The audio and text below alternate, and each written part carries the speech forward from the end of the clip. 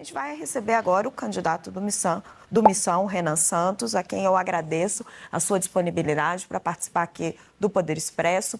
Oi, pré-candidato, seja muito bem-vindo aqui ao nosso jornal. Candidato, chama atenção que o senhor aparece na última pesquisa Quest, pontuando melhor do que alguns ex-governadores, como Romeu Zema, como Aécio Neves. O senhor tem um desempenho importante no último levantamento e segundo turno, ganha pontos relevantes, enquanto os outros não estão conseguindo crescer. Ao que o senhor atribui esse desempenho? Tudo bom, Raquel? Tudo bom? Uma boa tarde a todos que estão nos assistindo. Obrigado pela oportunidade. Primeiro, eu vou começar concordando com o ponto que foi colocado na análise inicial, que, de fato, o nome de terceira via não tem muita chance. Eu não sou da terceira via, eu vou substituir o Flávio como o único candidato de direita nessa eleição. E assim eu sou, e assim me colocarei no segundo turno. A segunda coisa, eu não fico surpreso por estar à frente dos governadores, simplesmente porque eu sou um pré-candidato hoje superior a eles. Então não é natural, não apenas me comunico melhor, eu sou presidente do meu próprio partido, os demais pré-candidatos, eles infelizmente têm que se submeter a decisões erradas que vêm dos partidos deles, então eu acho que era um caminho natural. Na verdade, eu não estou surpreso com essa pesquisa e nem concordo com o resultado dela, porque tranquilamente eu tenho muito mais do que 3 pontos percentuais hoje na preferência do brasileiro. Mas ao que o senhor atribui, o senhor está tendo um desempenho melhor do que governadores que governaram estados importantes, que já teriam um recall do público? A qual tipo de estratégia, a forma com que o senhor está se apresentando, como que o senhor está se colocando, que está tendo essa familiaridade com as pessoas? É o que eu disse, eu sou um pré-candidato superior. Quando eu digo superior, eu apresento um conjunto de propostas melhores, eu realmente rodo o Brasil e vejo os problemas reais do Brasil. Eu, em vez de ficar, ora, xingando Lula ou puxando o saco do Bolsonaro, como infelizmente fazem os demais pré-candidatos, eu me posiciono sobre os erros dos demais e apresento soluções sobre tudo. Então, quando eu vou para o Nordeste, eu trago uma posição otimista sobre o futuro do Nordeste. Eu vou falar, por exemplo, sobre como industrializar a região, como transformar lá num polo de data center, como investir em energia. Quando eu vou para o Sul, eu vou falar do problema do Pacto Federativo, da ausência de investimento em estradas para o agricultor no Sul. Quando eu vou para o Rio de Janeiro, eu falo do problema das favelas, do crime organizado e trago sempre soluções. Ao invés de ficar nessa energia negativa, nessa briga meio inútil que a gente vê na política brasileira, eu trago propostas. Ao fazer isso, as pessoas começam a reconhecer. Primeiro os mais jovens e depois o montante geral da população. Então, eu acho esse um processo natural. Porque, na prática, ninguém está fazendo isso. Eu fico surpreso que partidos que têm tanto dinheiro, fundo partidário, etc., não consigam fazer o básico. Eu só estou fazendo o básico, então não fico surpreso. Candidato, o senhor disse que só vai substituir Flávio Bolsonaro. E nas suas redes sociais, os seus vídeos fazem muitas críticas a ele, até mais do que ao presidente Luiz Inácio Lula da Silva. Por que o senhor acha que só é um candidato melhor do que Flávio Bolsonaro? Eu não estou envolvido em escândalo de corrupção e eu tenho proposta. É muito, muito simples. Ao não andar no jatinho Vorcaro, ao não ter, sei lá, parceiros meus que praticam rachadinha, ao não me envolver com o Bacelar, com o TH Joias, eu me torno uma pessoa, do ponto de vista ético, muito diferente dele. E eu não fujo de apresentar propostas, mesmo quando elas são impopulares. O Flávio fez uma declaração recentemente dizendo que, olha, eu não vou apresentar nenhuma proposta porque eu vou perder voto. Eu não, eu vou falar tudo o que precisa ser feito, mesmo que isso me faça perder voto, senão eu seria um estelionatário. O estelionato eleitoral é justamente mentir para o eleitor. Falou que vai fazer A e depois faz B. E sobre bater nele, no Lula, depende do dia. Tem dia que eu vou bater mais nele, tem dia que eu bato mais no Lula. Depende do que cada um aprontou no dia. Eu vou chamar os nossos analistas para participar da nossa conversa, candidato. Vou convidar aqui a Vitória Abel. Pré-candidato, a minha dúvida é justamente em como que o senhor pretende atrair esses eleitores de Flávio Bolsonaro, porque tem uma parcela da direita que de fato parece ser fiel à família Bolsonaro, né, ao nome da família Bolsonaro, aquele em torno de 20% a 30% do eleitor que parece que não desiste de votar na família, independentemente de denúncias que aparecem ou não. Como que o senhor pretende conquistar essa parcela do eleitorado, já que o senhor já se vê num segundo turno? No segundo turno ou no primeiro? Só para qualificar a pergunta. Não, porque o senhor disse que vai substituir Flávio Bolsonaro como candidato da direita, então eu imagino que o senhor se veja no segundo turno. Sim, então no segundo turno, muito simples. Esse eleitor, ele vota contra o PT. Antes de votarem na família Bolsonaro, esse eleitor votava até em candidatos do PSDB no segundo turno. porque o foco era derrotar o petismo, que eles enxergam como inimigo no seu sistema de valores. Eu já derrotei o petismo, por exemplo, durante o impeachment da Dilma Rousseff. E aí basta eu mostrar para essas pessoas que eu sou melhor no enfrentamento ao PT, que eu sou mais vencedor nesse enfrentamento ao PT do que, por exemplo, o Flávio Bolsonaro. E aí é uma questão de convencimento deles no segundo turno. No primeiro turno, se essas pessoas que são muito leais à família Bolsonaro quiserem votar no Flávio, elas votam. A questão é que elas sozinhas não são suficientes para colocá-lo no segundo turno. Tanto que o próprio Flávio Bolsonaro mudou a estratégia dele para tentar acenar para outros eleitores e ele não está conseguindo convencê-los. Candidato, queria convidar o Yander Porcela. Eu tenho mais perguntas, mas queria convidar primeiro o Yander Porcela para fazer uma pergunta. Yander. Candidato, boa tarde. Eu queria saber um pouco mais sobre o que o senhor pensa de economia. Caso seja eleito presidente, o senhor defende uma agenda mais liberal? Defende, por exemplo, privatizações, privatização da Petrobras, dos Correios, das estatais em geral? Como que o senhor está fazendo esse programa em relação à economia? Primeira coisa, o Brasil tem um grave problema fiscal. A pessoa que está me ouvindo em casa tem que entender. Hoje os juros estão altíssimos, muito, muito altos. E os impostos estão altos. E se a gente olha a inflação, ela voltou a subir. Isso gera basicamente um empobrecimento geral da população. Isso dá porque o governo está gastando mal, está gastando demais. E a tendência é que as contas públicas estourem. Portanto, eu vou ter que fazer o que todo brasileiro está fazendo em casa agora. Eu vou ter que cortar despesa. E eu vou cortar despesas começando pelos privilégios, começando pela elite brasileira, especialmente empresários que pegam renúncia fiscal, mexendo com gente do judiciário e depois indo para gastos estúpidos que acontecem nas áreas previdenciárias, por exemplo, privilégio na área da previdência e correções para fazer com que o Brasil, na parte de gastos e políticas sociais, funcione como os países sérios. Aí eu economizo e economizando os juros cai, o Brasil pode, daqui 2 anos, começar a cortar impostos, diminuir as alíquotas de impostos, e também a inflação diminui. Isso tem um efeito muito positivo na economia. Segunda coisa, privatizações. Depende da empresa pública. Correio tem que privatizar. Petrobras, hoje com o mundo em crise, com recursos naturais sendo utilizados como barganha, eu não entregaria uma empresa estatal brasileira para uma estatal chinesa, como a Petrochina, ou para a Aramco, que é a estatal da Arábia Saudita, que são as empresas hoje que estão aí no mercado olhando para a compra de estatais de petróleo de outras nações. Não farei, tenho que usar isso como uma reserva estratégica. Agora, para outras empresas públicas que não têm, vamos dizer, função de serem estatais, eu vou vender mesmo, vou privatizar. A Petrobras seria a única empresa, então, que o senhor não privatizaria? Não, a Embrapa, por exemplo, eu não privatizaria. Candidato, o senhor já disse que é um admirador de Javier Milei. Por quê?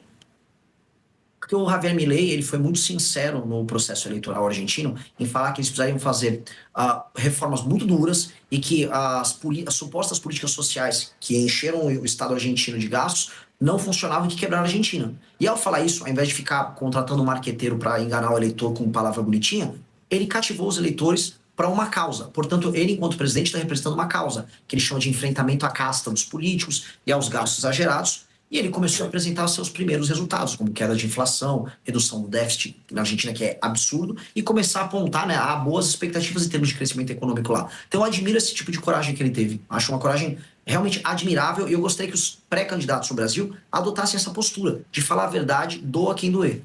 O senhor tem ideias econômicas muito consistentes, candidato, mas, por exemplo, o seu projeto de desfavelização, como que o senhor financiaria ele?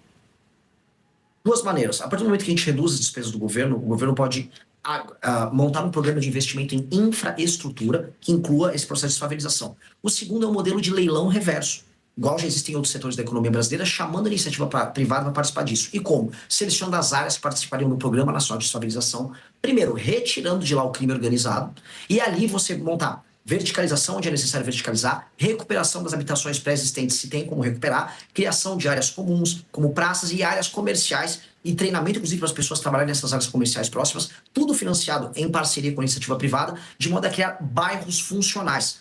Com base nisso, e aumentando a capacidade de investimento do Estado brasileiro, a gente consegue mudar essa principal chaga do Brasil. Todo mundo sabe que viver em favela é muito ruim para as pessoas que moram lá. E só, sei lá, artista e intelectual acha bonito. Então, nós vamos enfrentar esse problema e, do ponto de vista econômico, isso vai se tornar uma solução e não um problema. Eu não estou falando em torrar dinheiro num programa que para muita gente é inútil porque tem gente que acha bonito favela. Eu estou falando em algo que vai integrar as pessoas e aumentar a produtividade daquelas pessoas das favelas, porque ao serem tratadas com dignidade, terem um bairro bom para morar, elas vão trabalhar melhor, produzir mais, estudar, porque no fundo elas estão sendo respeitadas como cidadãos.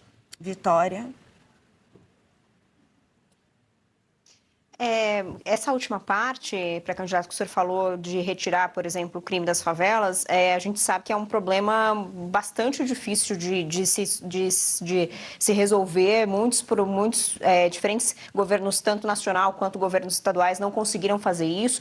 Como que o senhor pretende fazer isso? E só mais uma pontuação em relação aos gastos, né? Porque o senhor fala de diminuir gastos do governo, mas a gente sabe que boa parte dos gastos hoje são despesas obrigatórias, estão completamente amarradas na máquina pública e até mesmo vinculadas à Constituição.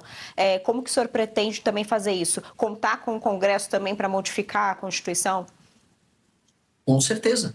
E começa por aí mesmo. Inclusive, para eu já citar um exemplo do Milei na Argentina, para não parecer que eu estou enrolando alguém com isso, nós já protocolamos a PEC, que é uma PEC de ajuste fiscal, protocolada pelo deputado Kim Kataguiri, está no Congresso Nacional na fase de coleta de assinaturas, e lá nós temos todas essas alterações na Constituição para acabar com certas vinculações e indexações que fazem com que o orçamento estoure. E eu tenho como obrigação convencer o Congresso Nacional a votar isso ainda este ano. Ou seja, venci a eleição em outubro, em novembro e dezembro eu tenho que trabalhar com o Congresso para fazer essa transição. Sobre o processo de desfavelização e enfrentamento ao crime organizado, veja, nunca de fato o governo brasileiro tentou.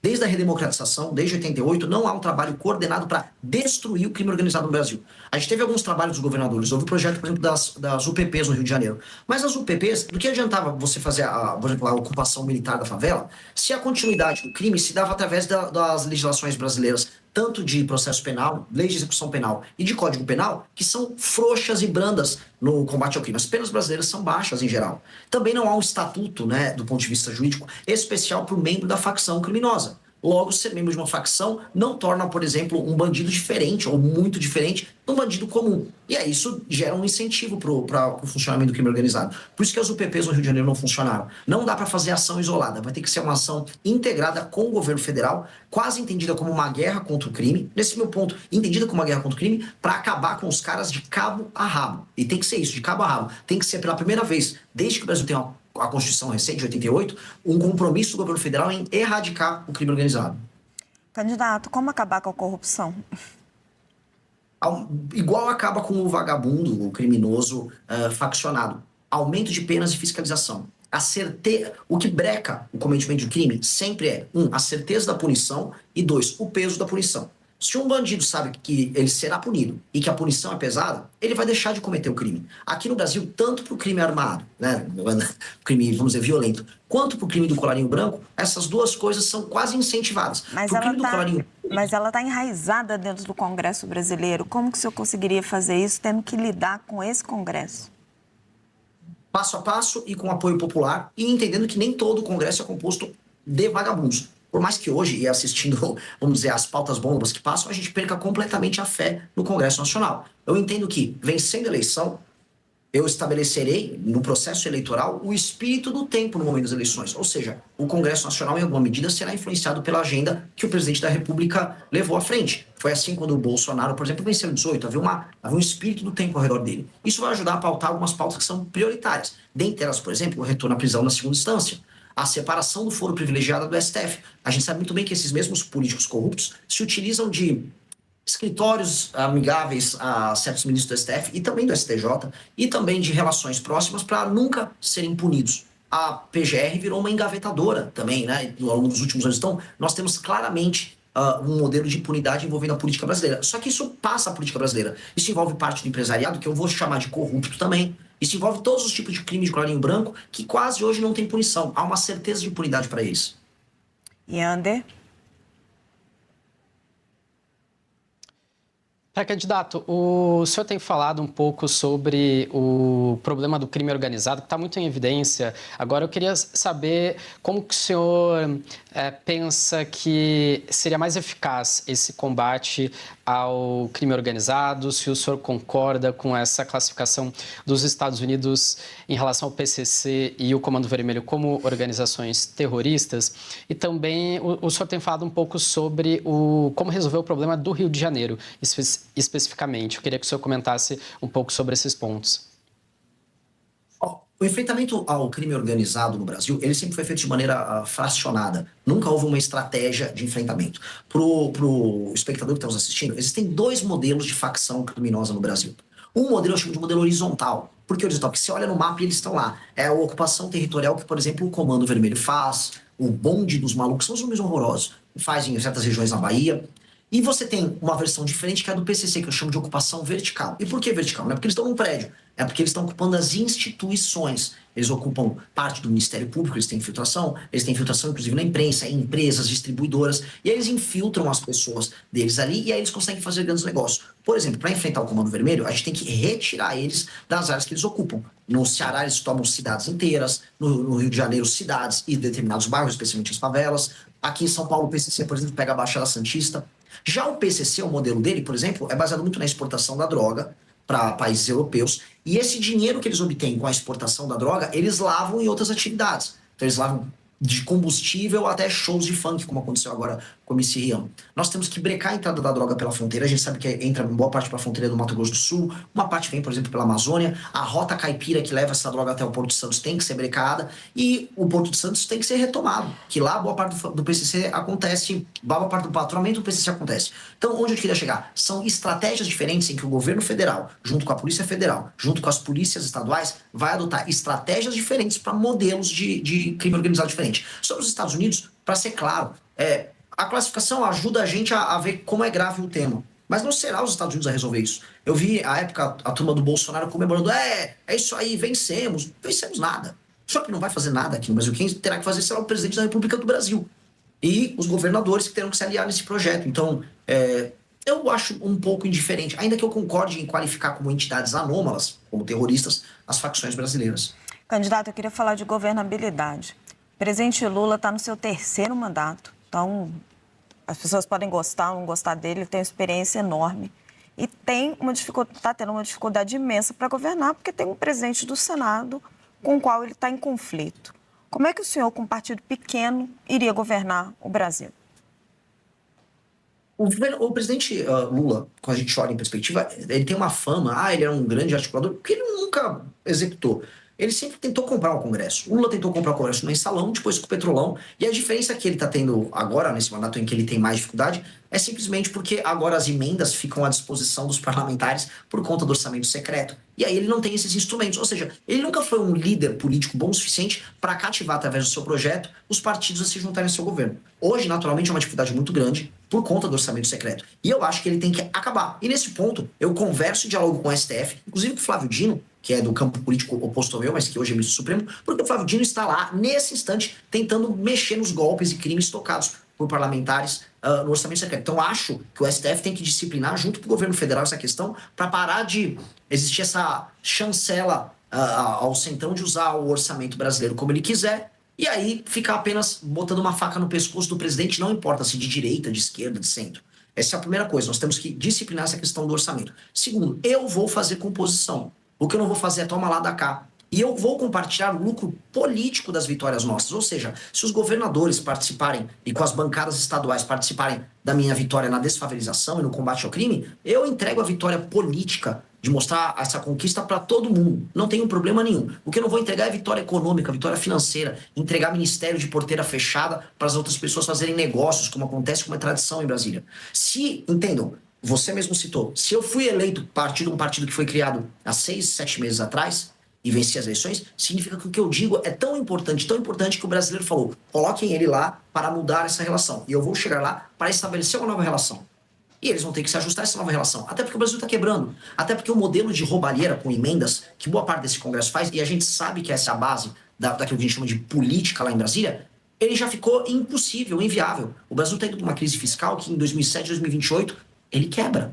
E aí, eles são o carrapato no boi. O carrapato tá matando o boi. E o carrapato no Brasil até tem uma consciência. Às vezes ele acorda e ajuda em umas reformas. Aconteceu isso na reforma da Previdência, nas reformas do governo Temer, aconteceu no governo de Itamar. Então, assim, chegou o momento da gente botar consciência no carrapato e depois disciplinar o carrapato para ele parar de sugar tanto o sangue do boi, que infelizmente é o Brasil. Candidato, para a gente fechar, o senhor está aparecendo como o outsider dessa campanha, né? A surpresa da campanha. Alguns comparam o senhor a Pablo Marçal, que foi a surpresa da campanha à Prefeitura de São Paulo. O senhor aceita essa comparação ou repudia? Raquel, gosto tanto do seu trabalho, nunca te fiz nada, me comparar com esse cara. Então, é uma pergunta legítima. Eu não estou comparando. Eu estou dizendo que a comparação é feita. O senhor aceita ou repudia? Não apenas repudio, né? E, obviamente, isso não tem nada a ver com a realidade, né? O Pablo Marçal, ele era um aventureiro numa eleição, falando absurdos, sem proposta concreta nenhuma. Eu estou há 12 anos na política, sem nenhuma mácula ao meu respeito, liderei manifestações grandes, fundei e sou hoje o presidente de um partido político, e por mais que eu esteja de fora, e realmente de fora do jogo político, eu criei um partido para que a gente entre nesse jogo, reforme ele por dentro, e que dure nos próximos 10, 20, 30 anos como uma força que vai mudar o destino do Brasil. Meu foco aqui não é vender um curso online, como o Pablo Marçal fez, após participar de uma eleição, porque ele apareceu na TV. Meu foco é que daqui 30 anos o Brasil seja uma das 5 maiores nações do mundo, e minha ambição pessoal não é ficar rico como ele, é que as pessoas um dia vejam meu nome nos livros de história e falam, esse cara é especial, esse cara mudou o país. Se eu conseguir isso, eu tô super feliz. Bem melhor do que vender curso como ele faz. Fala, meus queridos, aqui quem fala é o Alan do canal Inevitável Cortes, e no meu segundo mês postando cortes aqui no YouTube de figuras do Partido Missão e do MBL, eu faturei cerca de 25 mil reais, ou um pouquinho mais de 4 mil dólares. E se você tem interesse em estar criando o seu próprio canal de cortes, eu preparei um treinamento 100% focado, mostrando o passo a passo para você estar conseguindo fazer seus cortes de figuras do Partido Missão e do MBL. Para acessar o treinamento é só clicar no primeiro link da descrição ou ler o QR Code que tá aparecendo aqui no meio da tela agora. E se você gostou desse vídeo, não se esqueça de deixar o like e se inscrever no canal. Te vejo no próximo vídeo.